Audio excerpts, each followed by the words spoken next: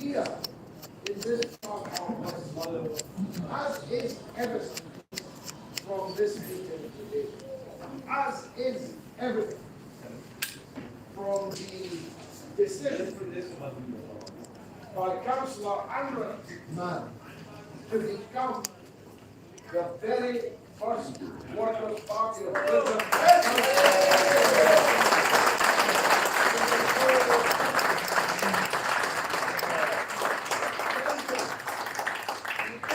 History already is the first Workers' Party councillor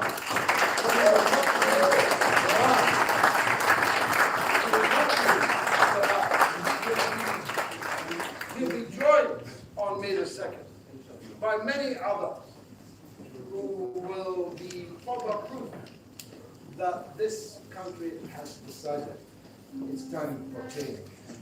It's time for decency and honesty in politics.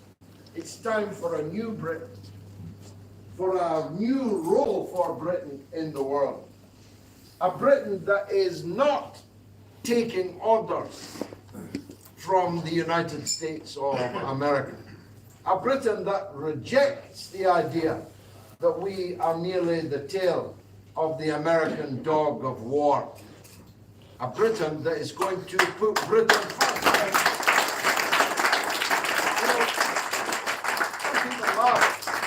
Some people laugh at Trump's line, put America first.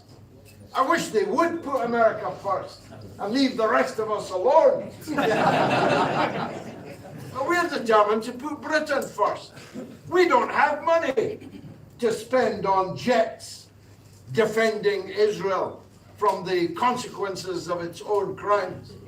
We don't have money to be sailing warships all over the world, threatening other people in their own place. Britain warned China the other day to stop meddling in the South China Sea. Yeah. I mean, the clue was in the name. Imagine China warning Britain to stop meddling in the English Channel, and you'll get some of the measure of it. We don't have money for these things. We have too much to do here at home. Too many potholes to fill. Too many waiting lists to reduce. Too many schools that need attention. Too many people living and working for poverty wages. Food banks. Whose lives to improve. We don't want to see our money setting fire to other people's countries when our own pensioners can't afford to keep themselves warm in the winter time. These are our priorities. And I think most people in Britain concur with them. And now we have a party with one MP and one councillor. In this year, we have to transform that into a huge number of councillors and members of parliament.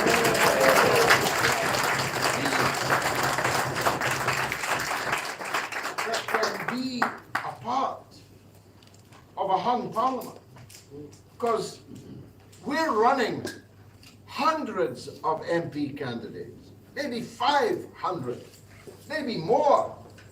We've got more than 500 people wanting to be candidates. If people vote for them, they will either win or they'll stop Starmer from winning.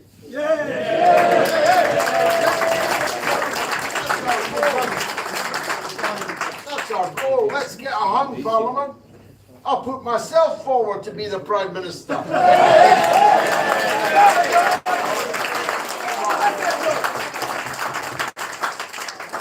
Now we'll be announcing the candidates and their constituencies right after the local elections on the 2nd of May. But I should mention a man who helped me greatly in winning the Rochdale by-election, who helped me settle back into Parliament and who is a candidate right here in this area in a by-election on the 2nd of May. Please give your support to Theo Denison. Yes.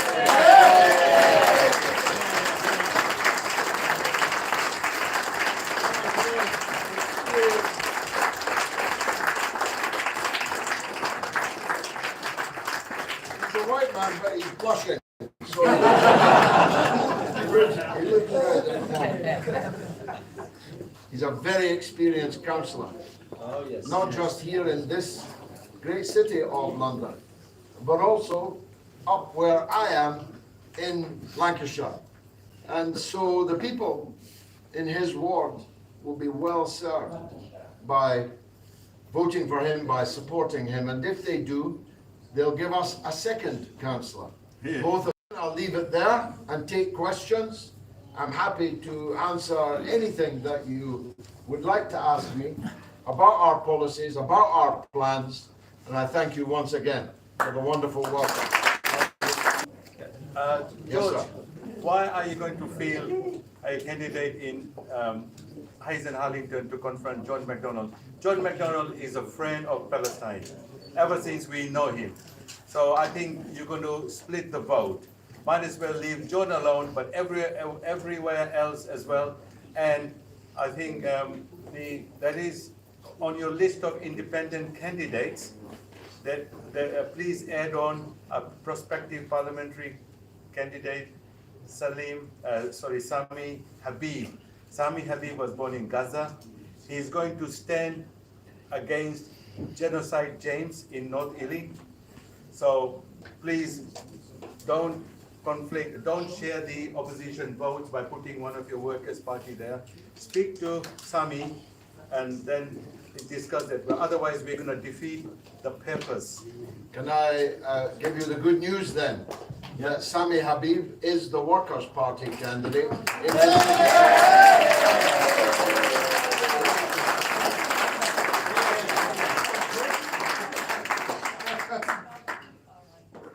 We haven't decided to stand against John McDonnell. But here's the problem. If you vote for a Labour MP, you're putting Keir Starmer into 10 Downing Street. And I don't want to do that. Well, you say no, but he'll be voting for Keir Starmer to be the Prime Minister because he's a Labour MP. So the best thing he could do, which would definitely avoid us standing there, is to quit the Labour Party now. Yes.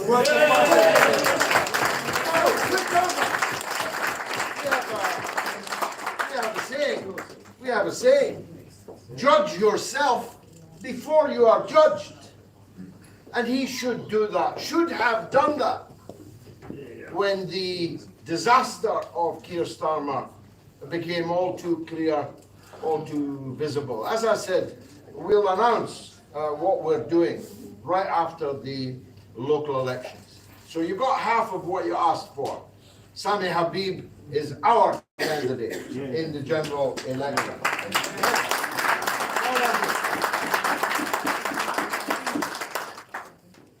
Next question, it's you. Did you have a question? There was Who's going to be candidate Take in that gentleman. South? No, go ahead, yeah, please. George, who is going to be the candidate in South? Well, as I say, we'll do it. We'll tell you everything after the 2nd of May. But if you've got any suggestions, please make them. We have some people here sitting. We We've suggest got, you. these you two should tables be a here are stand all from our the- candidates. That's why they look so splendid, all of them in suits and boots. Wonderful. These are all our candidates. But the exact placement of who's going where, if you'll forgive me, we'll keep till the 2nd of May. Gentleman there, then this gentleman. Yeah. George, have you any plan to stand from London rather than North Side? Me, you mean? Yeah. No, I'm hopelessly devoted to Rochdale. It put me back in Parliament, and by a landslide majority, and I would never leave them, never ever leave them.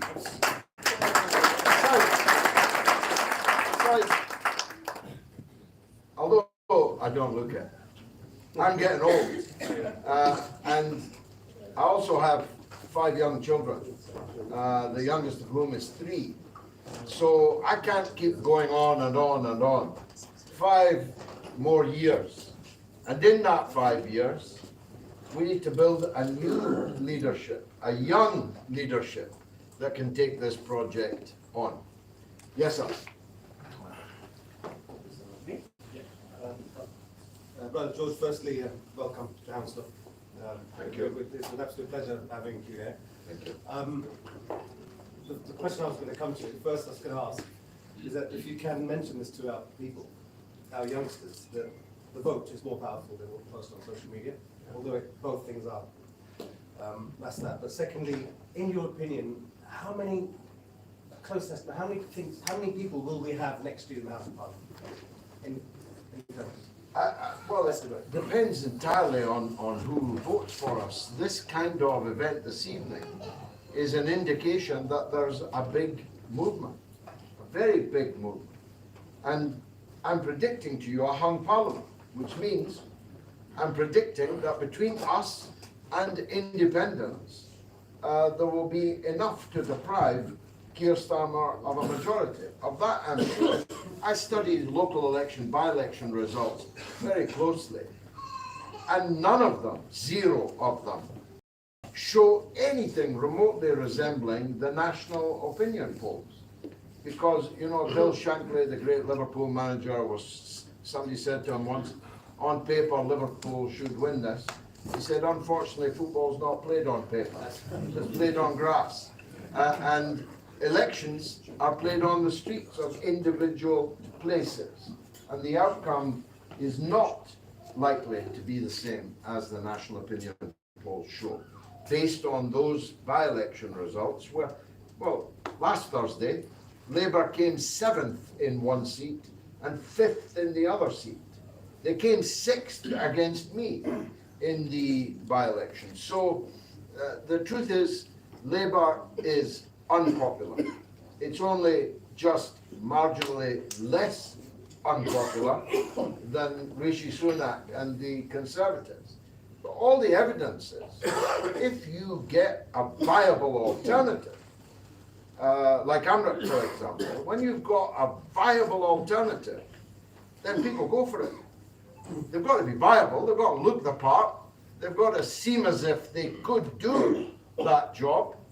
And when you look at today's House of Commons, how good do you need to be? I mean, I was looking at them today. I sat through hours of this tobacco bill today. And mainly just to see the quality or lack of it that was on display. You know, I first entered Parliament 37 years ago. At that time, there were 100 men and women of all parties that would make you turn your head in the library corridor if they went past, that you would stay in your place if they rose to speak, because you'd want to hear what it was they were going to say, and you could not anticipate what it was that they were going to say. I'm afraid the Parliament, well, you know, Greta Garbo, somebody said to Greta Garbo, you used to be big in pictures. She said, I'm still big, it's the pictures that got small. And that's how I feel in today's House of Commons. I'm just whatever I ever was, but the rest are, well, small. But you have a spine. Yeah, I do. I'm also responsible for the saying, a spine ran along the benches of the House of Commons looking for a spine to run up. You don't find many. Yes. Hi. I'm a massive fan of yours, and I was just wondering, I'm from East London, so actually not... Welcome. And there's candidates in East London who are running against the Labour candidates there. They're independent, but I'm just thinking we should like get as many of those guys who probably don't even know about the Workers' Party into the Workers' Party. Yeah, we do. We're here. Oh, you are? You got competition now, Just taking the words right out of my mouth. This man is the next Member of Parliament for Bethnal Green.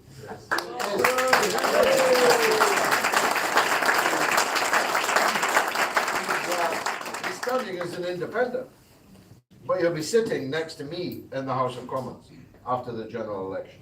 That I can give you a guarantee of. Where there are outstanding independents, then we would like to support them. We'd like to endorse them, and they even run on a joint ticket with us, which is possible, legal. So Akanji is the perfect example, and I was about to say that before I knew he was in the room. So we, also in Newham, where the Newham Independents have won, I think, 2, and now have a third councillor in the Newham Independents group, will of course support those. But asking us to support a Labour MP is very, very difficult, because no decent person should now be a Labour MP.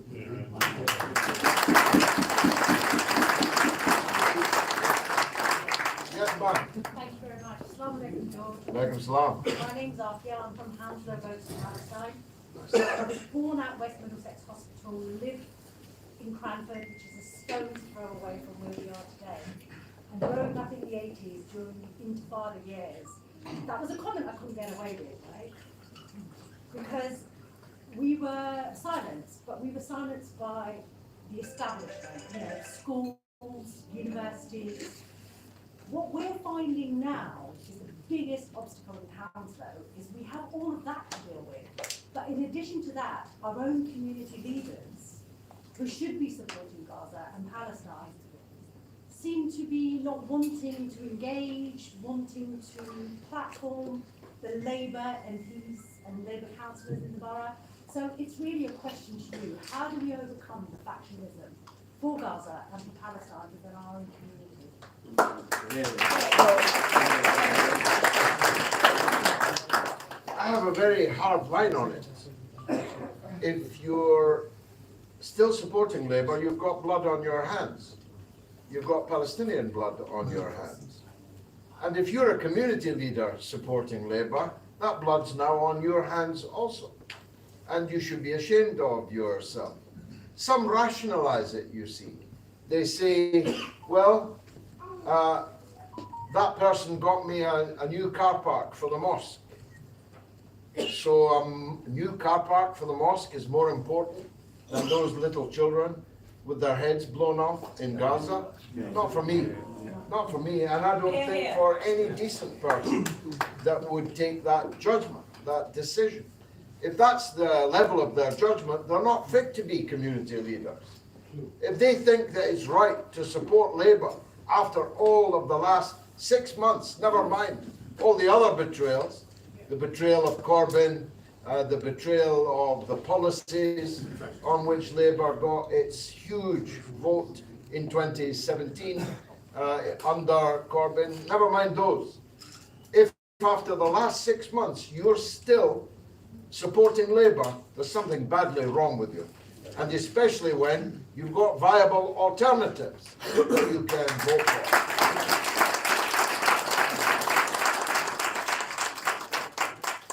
We'll take a couple more and then George will work his way around the room, okay? So we'll take this gentleman here because you've been waiting and we'll take another. Hi George, I have a question. Do you have any chance to have a coalition with Jeremy Corbyn in the next general election? Yeah, I was sitting next to Jeremy Corbyn for 2 hours yesterday. You may have seen the pictures on the television. We talk all the time. It's not for me to announce his plans, but I think it's fairly widely known that he doesn't intend to do anything before the general election. He intends to run for his own seat only and to be re-elected. And of course, we'll support him. He's not a Labour MP. He will not be a Labour candidate. And we will, of course, support him. And we hope to cooperate with him. He'll be sitting next to Akanji and me, and many others, I hope, including several in this room tonight. So there are no differences, no political differences of any great importance at all. It's purely Jeremy's wish to run as low profile as he can, an independent campaign in Islington North. And of course, we wish him well. Thank you. I know it's great to talk about candidates and obviously conducting elections, general elections is a huge cost involved. So how we can think about how we can come up against all this millionaires party, they get donations and obviously they get support of businesses and lobbies. How we can, it's great to have all these people sitting here who want to use the Labour Party platform to conduct elections, but in reality we need a lot of resources, obviously financially and volunteers and all that machinery which can be throughout the elections to make sure that we turn all this into a great success. Well, I think I can say, I don't want to go into the details, but I think I can say that our two parliamentary candidates that will run in this borough are fully funded already. There's a limit to what you can spend in a general election, thank God. Otherwise, the millionaire parties would be able to outspend us. But they can't outspend us in a parliamentary election. And I can say to you that the 2 seats here are fully funded already. We'll not be asking you for money. We'll be asking you for activity. We'll be asking you for activism, asking you to get others to vote for our candidates in this. But money will not be an object or an issue in this borough. It may be in others. But you know, Hillary Clinton spent over $1.25 billion to become the president of the United States. I don't think she succeeded. Money is not everything. The will of the people power is everything. And we've got to make sure that it's fully supported. Hi, my name is Ollie. I'm from Palestine. I just wanted to ask you a question about how you feel successful direct action movements going on at the moment, particularly like Youth Command, Palestine Action, numerous others. How do you feel that your party is going to encapsulate? Well, we support direct action where it takes us forward. We oppose it where it takes us back. So, for example, the direct action against weapons companies that are killing Palestinian kids, we fully support. Direct action, gluing yourself to an underground carriage in the East End of London, making it impossible for the workers to get to their work, we oppose. Because that merely makes people hate us. And we're in the business of trying to get people to love us and to love what we stand for. So, direct action, where it's helpful to the cause, yes. Where it takes us backwards, no. Just 2 more. Gentlemen here. Hello, George. Glad to be here tonight. I've got one question. I came across the Workers' Party very late, only last year. And when I went through the manifesto, I decided that everything there I can't find fault with, so that's the party for me. So I put myself forward, hopefully to be MP candidate for Ilford South. I took the view that if David Plunkett can do it, then why not me? Yeah. So what I'd like to know is what advice do you have for people like me who are very new to politics? How can we get the campaign going? What do you advise? Well, first of all, that constituency is a vacancy. So you consider yourself already on the shortlist for your bravery and fortitude. Ilford North is a different kettle of fish. There are other people in the frame there. We're having talks with them soon, and we'll make a judgment on that. When you've got more than 500 applicants, and they're all ready to meet their own election expenses, which is a condition, you can stand everywhere, more or less. You can stand everywhere except the Highlands and Islands of Scotland, and the wilds of North Wales, certainly in every urban seat, we hope to have a candidate. Those candidates can be you, will be you. If you put yourself forward, if you make your case, if you're persuasive, if you show that you've got the drive, the ambition, the talent to do the job, that could be you. Now, we're not only into elections, by the way. We believe in building a mass movement in this country. Elections in this year are our biggest priority because it's one long year of elections. But we believe in popular power.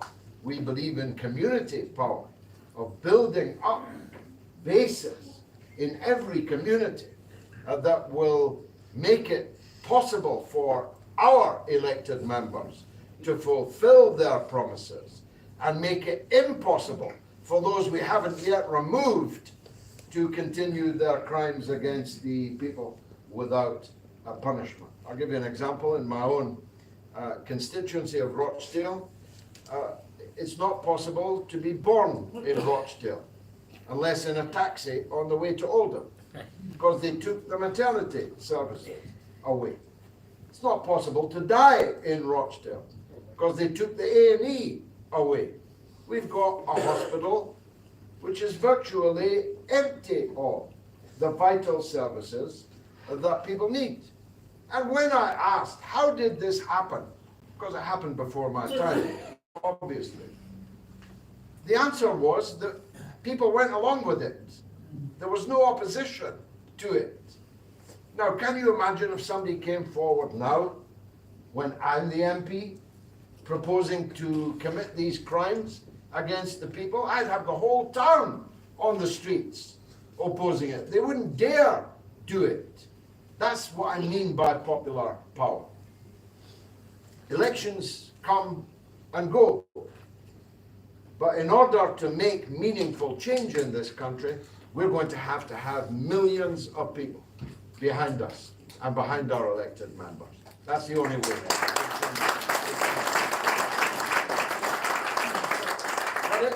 So we'll take one more, because this gentleman has had a long time, but before we do that, after this, there's a brief, I think a few press people here that want to interview George, and then we'll work our way around for anybody who wants to take photographs and well wishes.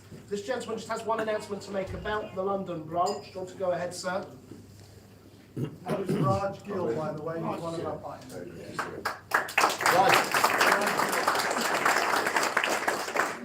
I think everyone here heard inspirational speech by George. Now, people mentioned John McDonnell and Jeremy Corbyn, both very good friend of mine. Both I have to get elected in general election, but what we are at stage, as Joe said, that people need to stand up and be counted. And other thing George have said, we want to build the movement from where Jeremy Corbyn left off. His train is stuck at a train station, while George's locomotion is going ahead. The Flying Scotsman. Flying Scotsman. Yeah. So what we want to do, I've been given a task of recruiting hundreds of members into the Workers' Party, and I take that appointment seriously. We want to build a party so we can have hundreds of members in West London, in London, so we can support whoever the candidates have been elected or appointed. We want to win. Unless you have that premises that the Workers' Party can go out, campaign, and win, then you haven't, in my opinion, got to take on the Labour establishment. What Keir Starmer done to the people in Palestine is a crime. He must pay for that crime.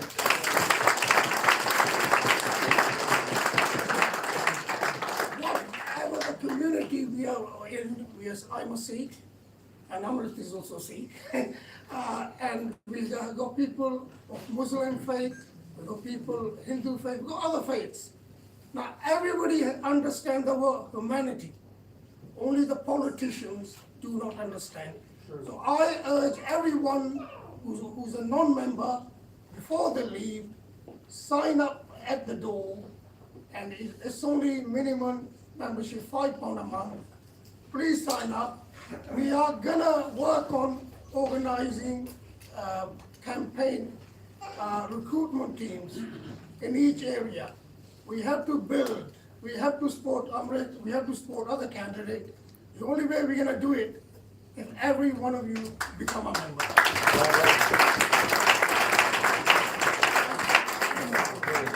Okay. Lovely, thank you.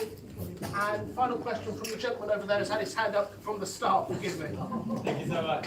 Welcome to Hounslow, George. Thank you. My name is Awais Malik. I am a dentist, and I founded quite a lot of student unions, to name the Arab Students' Union, the Pakistan Students' Union, as well as the South Asian Students' Union. We've got chapters in every single university across the country.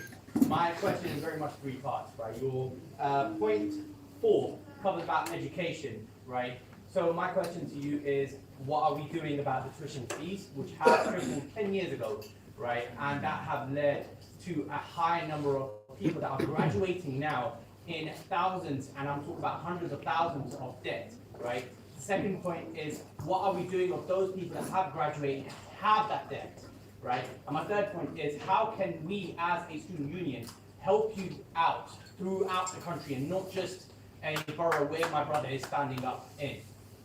Well, thank you for the opportunity to deal with that. I was a Labour Member of Parliament when Tony Blair introduced tuition fees, and I rebelled against it. It was a 3-line whip, disciplined if you didn't support it. And I vividly remember Gordon Brown, the man who sold the gold at the bottom of the market, an economic wizard. I vividly remember Gordon Brown standing at the door of the lobby trying to stop me rebelling. And he said these words, "It's only £1,000 for God's sake." And I said to him, "It's only £1,000 now, but once you sacrifice the principle that our people must be educated for free for as far as they can go, the fees can only rise and rise and rise." And that is exactly what has happened. Because, by the way, I never went to university. I left school and became a worker in the factory, Michelin tires. I was the only man in Parliament that could make a tire. Most of them couldn't even change one. But I could make one. Most of them think Swarfiga is a Balearic island that you go on holiday. I know it's that green stuff that smells to high heaven, but without which you can't get your hands clean when you've been working with rubber. So I never benefited from a free education. But Gordon Brown did. Tony Blair did. He went to Oxford University at my expense. I was paying the taxes that sent him to Oxford University, and my father was paying them also. And they got there and then kicked that ladder away from working class people that came after them. That's despicable, dishonest and despicable. We believe in education from the cradle to the grave. We believe in nurseries, in primaries, in secondaries, in polytechnics, in technical colleges, and in our fine universities.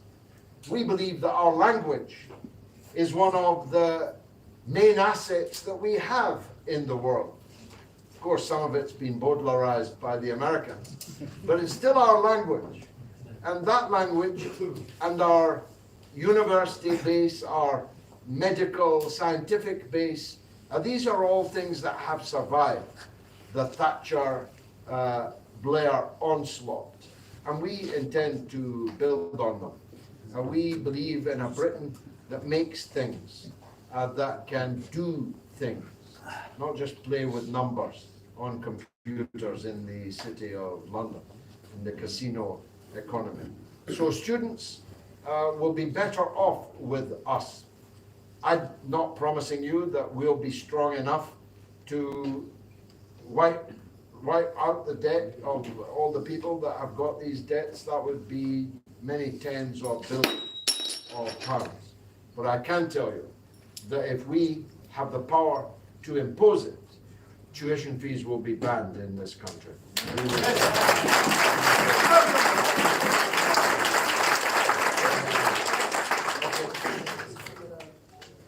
Enjoy your chat amongst yourself. I'm going to do some press work now, if you'll forgive me. Thank you very much indeed.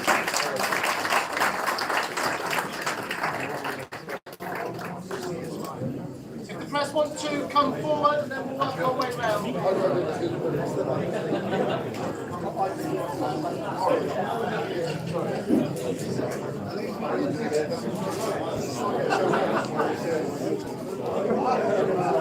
For me.